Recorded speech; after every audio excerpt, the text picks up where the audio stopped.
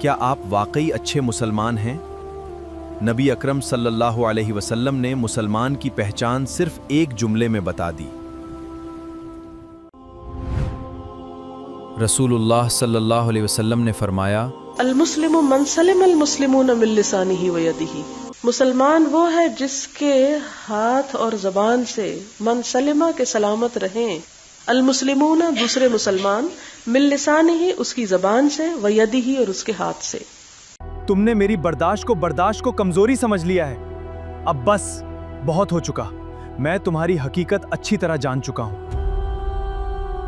گویا دوسرے معنوں میں کیا ہے کہ ہاتھ اور زبان سے دوسروں کو اذیت دینا ایمان کے منافی ہے۔ طنز،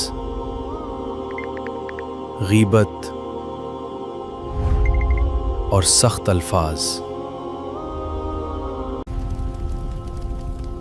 حضرت ابو ہریرہ رضی اللہ تعالی عنہ سے روایت ہے کہ نبی اکرم صلی اللہ علیہ وسلم نے فرمایا، بے شک بندہ کبھی ایک ایسی بات کہہ دیتا ہے جس کے بارے میں وہ غور نہیں کرتا، اور اسی ایک بات کی وجہ سے وہ مشرق و مغرب کے فاصلے سے بھی زیادہ جہنم میں گر جاتا ہے۔ تو ہمیں اپنے ایمان پر غور کرنا چاہیے۔